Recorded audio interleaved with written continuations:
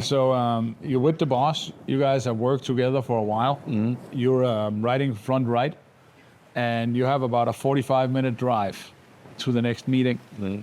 The boss is super happy. He's in his talkative corner and whatever. And the minute you guys drive out of the house and you have the 45-minute transfer, he leans forward and go, "So, Joe, you worked for me now for 8 months. What's your story? You married with kids? What's up? What's your family situation? Who are you? Tell me a little bit about yourself." Yeah. Yeah. Never happened, right? Yeah, and always a tough position to be in, Yep. especially when you're not prepared for it. And that's what I would say is just be prepared for that. Mm-hmm. You treat it like it's going to happen eventually, and get to know the person, and actually plan responses to those questions. One of the big things is not to get too personal. Uh-huh. So what I find is if you don't plan for that and think about what you're going to say, you're going to get too personal. You're going to talk about the details, and it's going to open up doors, and it's just going to kind of unfold on you. Yeah. And once you get too personal, it's very hard to walk it back. So what I'd say is try to keep it, what's the word I'm looking for? Try to keep it, conversational, but without being personal. And in that case, like I said, just kind of plan those responses. So think about what you can say that doesn't lead to more, and what you can say that you can easily deflect back to them. Uh-huh. Right? So if you ask certain questions like, "Hey, are you married with kids?"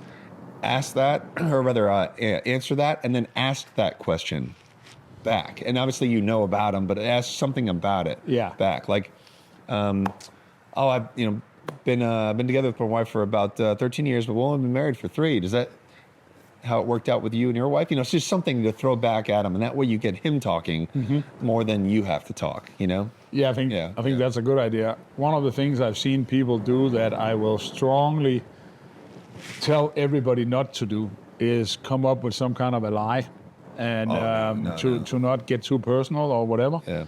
Because once you go down that slope and he figures it out, it's weird. And second of all, you would have to remember that forever, right? So you should never lie, no matter what the principles ask. Sometimes you might have to twist it a little bit, but it has to be something that you can always remember. And I like what you're saying here about asking the same question kind of back and reflecting on it, right? And it's a question we'll all get.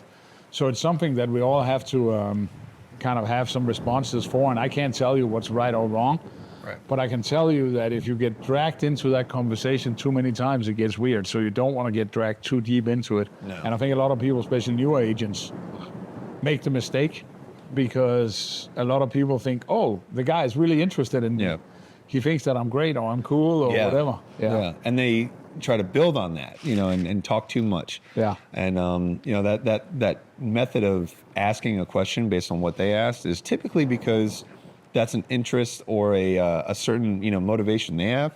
Yeah. So reflecting that question back to them usually works because they want to talk about what they want to talk about. So if they're asking about it, it's because they're interested.